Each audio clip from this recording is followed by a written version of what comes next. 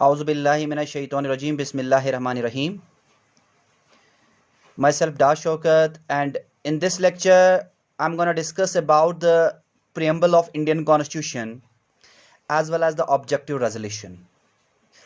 Before understanding the preamble of the Indian Constitution, let's have a glimpse about the objective resolution. Let's try to understand what does the objective resolution means. Objective resolution क्या था? याद रखिएगा, हिंदुस्तान का जब constitution बनाना था, यानी जब हिंदुस्तान की कॉन्स्टिट्यूएंट असेंबली बन गई थी हिंदुस्तान का कॉन्स्टिट्यूशन बनाने के लिए, तो बहुत सारे लीडर्स ऐसे थे, बहुत सारे नेशनलिस्ट्स ऐसे थे who played very important role in order to draft the Constitution of India. The example is the Pandit Jawaharlal Nehru. The example is the Sardar Vallabhbhai Patel. The example is the Dr. B.R. Ambedkar. So there were some other leaders who played an important role in order to draft the Constitution of India. Out of all these leaders, we have the first Prime Minister of India, that is the Pandit Jawaharlal Nehru, who made objective resolution. The Pandit Jawaharlal Nehru made objective resolution on 13th December 1946. यानी constitution को draft करने से पहले एक objective resolution बना लेता है नेहरू, वो बनाएगा 13 दिसंबर 1946 को बनाएगा. So the historic objective resolution was framed by the Pandit Jawaharlal Nehru. Then Pandit Jawaharlal Nehru moved the historic objective resolution in the Constituent Assembly. So उसके बाद पंडित जवाहरलाल नेहरू जो है वो हिस्टोरिक ऑब्जेक्टिव रेजोल्यूशन जो बना लेता है वो कॉन्स्टिट्यूएंट असेंबली के अंदर डाल देगा. Constituent assembly accepted the framed objective resolution by the Nehru. So ये ऑब्जेक्टिव रेजोल्यूशन क्या था? What was that objective resolution? Objective resolution was nothing but it laid down the fundamental philosophy of the constitution. Again, I will tell you, it laid down the fundamental philosophy of the constitution. Later on जो objective resolution बन जाता है, इसी हिसाब से फिर हिंदुस्तान का preamble बन जाता है. मैंने अभी आपको ये नहीं समझाया what is preamble, मैं सिर्फ आपको समझा रहा हूं objective resolution क्या है. So preamble comes from the objective resolution. याद रखिएगा, इस objective resolution के अंदर कुछ important features लिखे थे जवाहरलाल नेहरू ने. सबसे पहले उसने लिखा था now India as an independent sovereign and republic, यानी इंडिया अब इंडिपेंडेंट है, सॉवरीन है, free from the internal and external attack. Moreover now the ultimate power lies in the hands of people and India is now republic. It means that the head of the country should be elected, not on the hereditary basis. The second feature of the objective resolution was that the power and authority should lies in the hands of the people. यानी अब जो power and authority होगी वो लोगों के पास होगा. Now there should be the popular sovereignty. Popular sovereignty का मतलब होता है जब अल्टीमेट पावर, सबसे ज्यादा पावर जो होगा वो लोगों के हाथों में होगा. सो ऑब्जेक्टिव रेजोल्यूशन के अंदर नेहरू ने यही लिखने की कोशिश की, यही समझाने की कोशिश की कि India now world's largest democratic nation, वो सबसे ज्यादा पावर एंड अथॉरिटी अपने लोगों को देगा.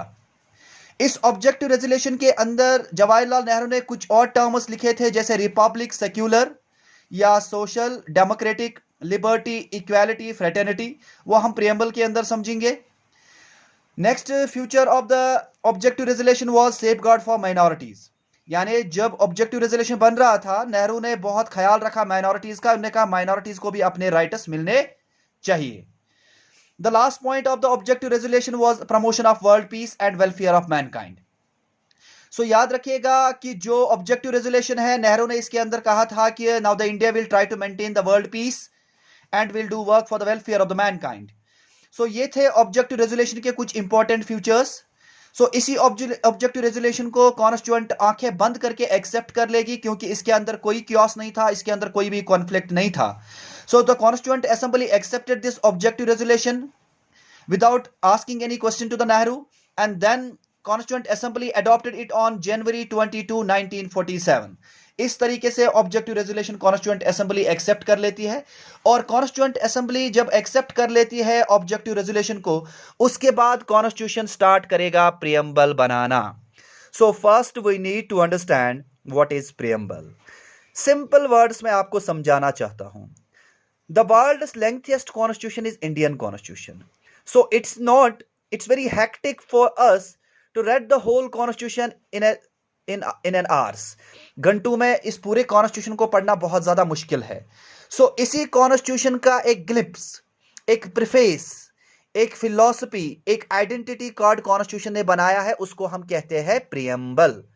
सो हम इन शॉर्ट वर्ड्स में कह सकते हैं preamble is the shortcut document of the constitution, where each and everything is mentioned, where each and every important thing is mentioned which is already mentioned in the constitution.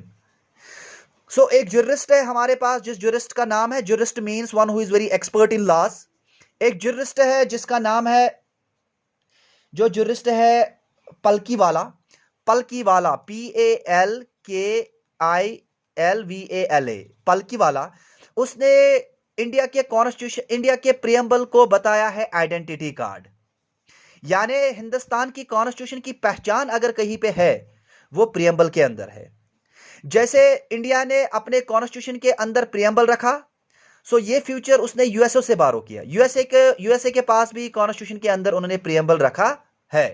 But in short words we can say, as I already said to you in the objective resolution, that this preamble is based on the objective resolution passed by the Jawaharlal Nehru in the Constituent Assembly.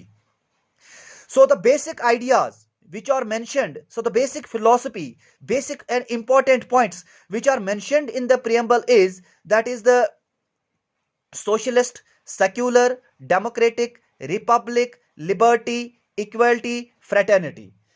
It is very necessary to mention here, in the preamble, the idea of justice, social, economic and political have been taken from the Russian Revolution 1917.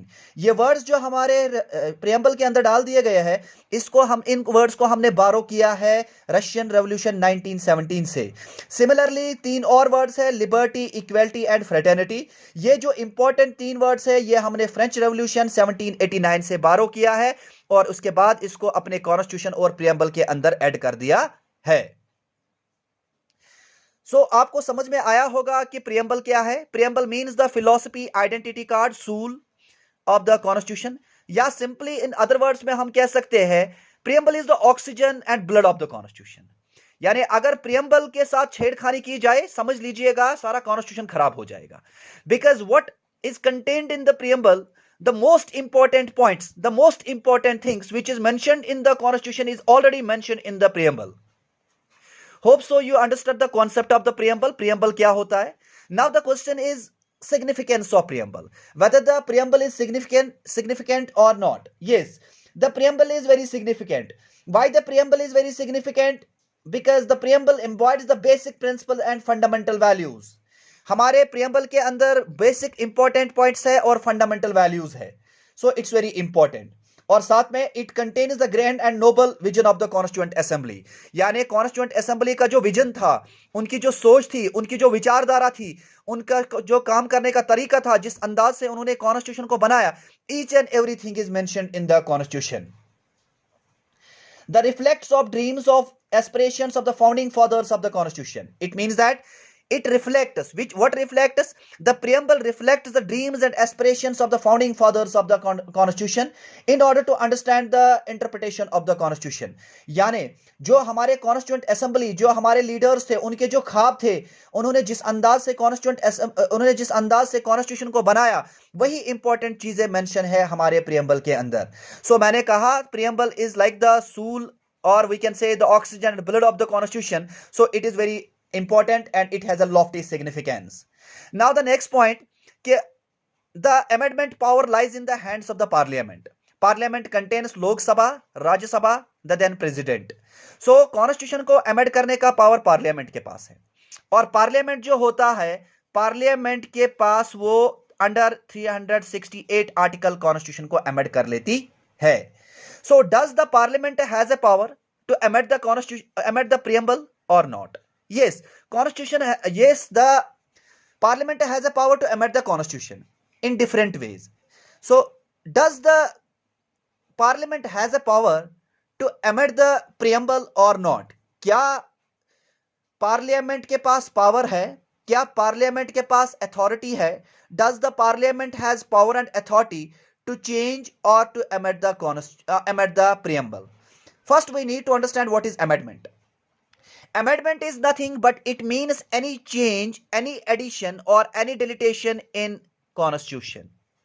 So now the question is amendability of the preamble. क्या preamble amend हो पाएगा कि नहीं हो पाएगा? This case first time arose in Kesavananda Bharati case 1973. सबसे पहली बार ये केस कब उठा? 1973 के अंदर। उस केस का नाम है केशवानंदा भारती केस। उस केस के अंदर सुप्रीम कोर्ट ने यह कहा, the supreme court held that preamble is a part of constitution and it can be amended. उसने कहा कि preamble part of constitution है, ये amend हो जाएगा, but is subject to the condition that no amendment is done to the basic feature of the constitution. It means that parliament can amend the preamble, but the parliament cannot amend the fundamentals and philosophy of the preamble.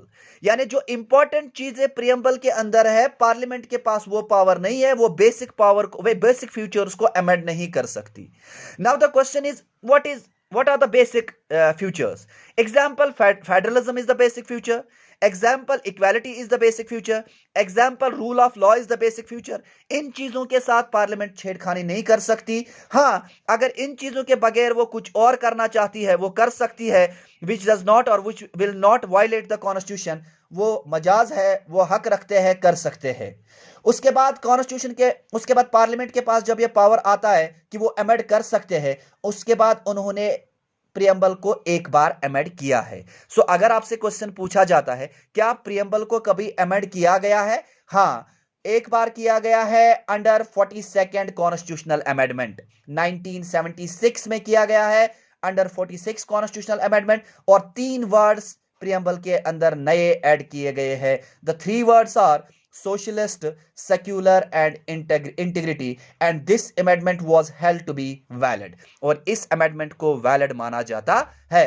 So आज के lecture में हमने discuss किया objective resolution क्या है. Preamble बनने से पहले ऑब्जेक्टिव रेजोल्यूशन बना था जो नेहरू ने ड्राफ्ट किया था, और उसके क्या फ्यूचर्स थे वो भी हमने डिस्कस किए, और यही objective resolution later on base बन जाएगा प्रियम्बल का.